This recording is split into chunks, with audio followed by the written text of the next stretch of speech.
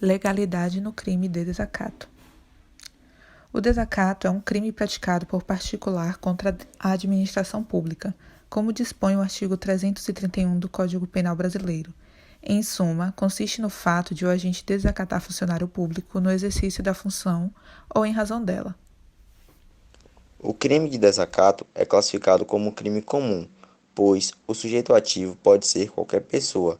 Como sujeito passivo, tem-se o Estado e em seguida o funcionário público, quando desacatado no exercício de sua função.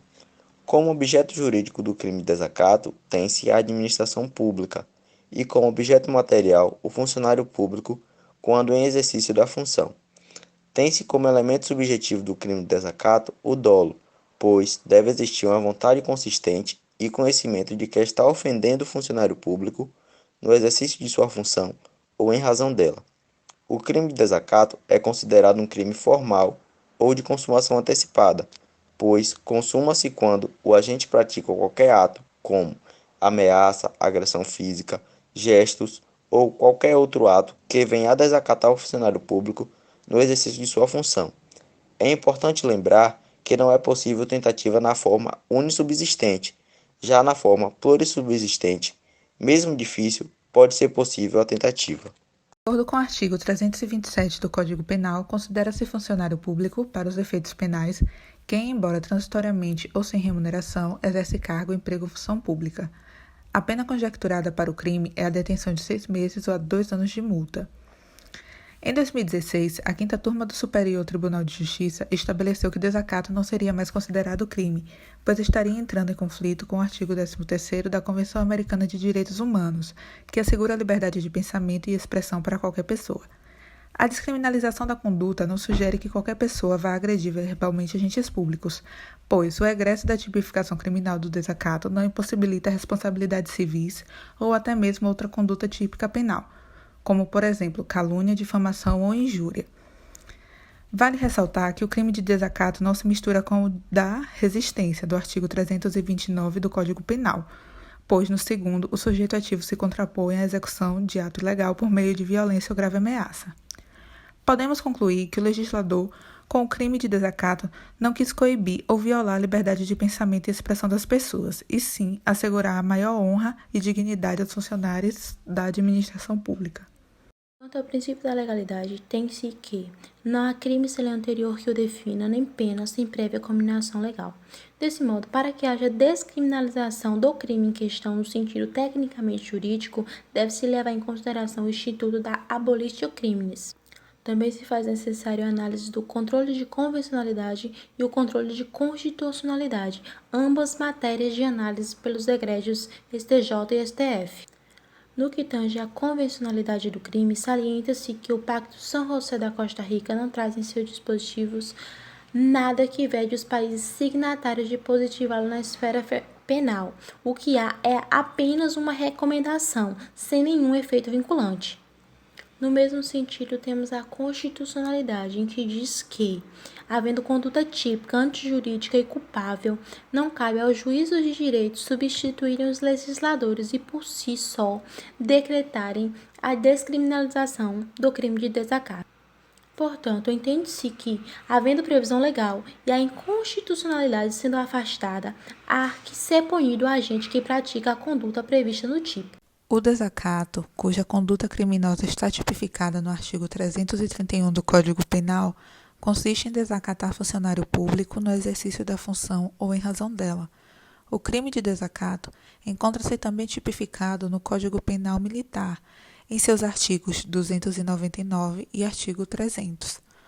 O artigo 299 diz: desacatar militar no exercício da função de natureza militar ou em razão dela. Pena: detenção de 6 meses a 2 anos, se o fato não constitui outro crime. Artigo 300. Desacatar-se assemelhado ou funcionário civil no exercício de função ou em razão dela, em lugar sujeito à administração militar, com pena igual à do artigo anterior. O Superior Tribunal de Justiça considerou que o crime de desacato previsto no artigo 331 do Código Penal viola a liberdade de expressão e seria incompatível com a Convenção de Direitos Humanos, Mesmo assim, o crime de desacato continua em vigência para as ocorrências militares. Existe uma motivação para que o crime ainda vigore dentro das forças militares. É que tais ações atentariam contra a disciplina e hierarquia institucionais, pois, no crime de desacato, atenta diretamente à administração pública, nesse caso, a administração militar e suas instituições. Nos casos de desacato contra militares, quem cometeu o ato ilícito é inicialmente indiciado pelo Ministério Público Militar e responde o processo junto à Justiça Militar da União.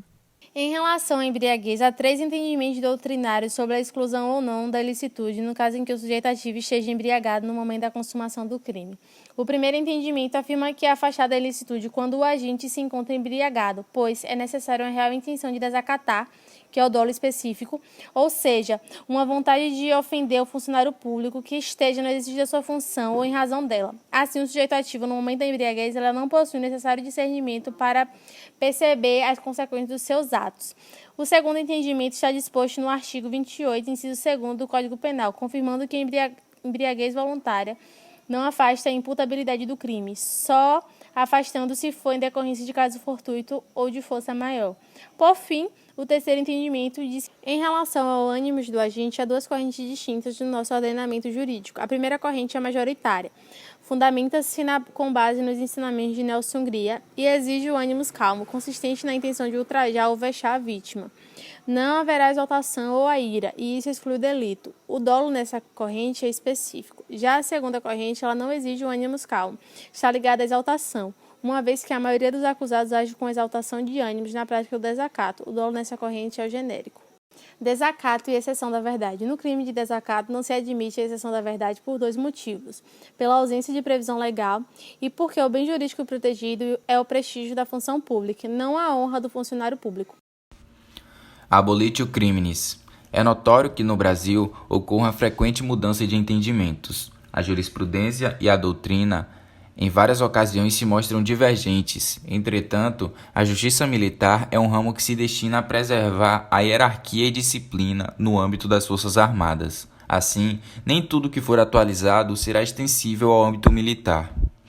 A doutrina muito já cogitou sobre a pertinência da abolitio criminis do desacato. Nesse sentido, o Judiciário proferiu uma decisão bastante significativa, emanada do STJ por meio de sua 5ª turma, em 15 de dezembro de 2016, considerando que desacato não poderia ser mantido como crime, por exaltar a superioridade do Estado sobre o indivíduo, sendo contrário ao humanismo.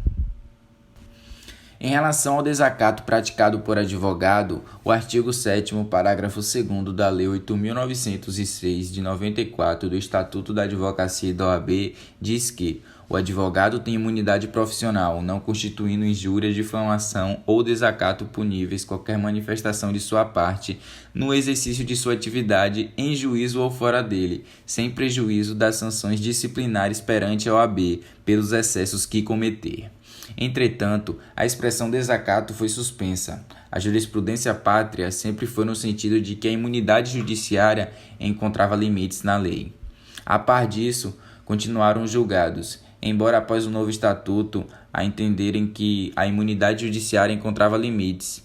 De qualquer modo, é certo que atualmente, embora existindo uma lei, que é a 8.906 de 94, dizendo que o advogado tem imunidade judiciária em caso de desacato, de outro existe uma liminar do STF, que nos termos do artigo 102 da Constituição Federal determinou a suspensão da expressão desacato do texto legal. Da análise do caso concreto, extrai-se que a caracterização do crime de desacato depende da apresentação de conjunto probatório suficiente para a tipificação do fato, não bastando, portanto, mera alegação ou depoimento do funcionário público nesse sentido. Assim, na existência de dúvidas quanto à concretização do crime de desacato ou quanto às circunstâncias que rodeiam os fatos, o réu não pode ser prejudicado com base em mera presunção. Nesse sentido, deve-se observar a legalidade do ato praticado pelo funcionário público, haja vista que apenas concretizasse o crime de desacato quando existia ofensa a agente público no exercício de suas funções ou em razão dela, de modo que, A ofensa ao funcionário público no exercício de ato ilegal não culmina na prática de crime de desacato, sem prejuízo da eventual tipificação por outros tipos penais, como calúnia, injúria e difamação.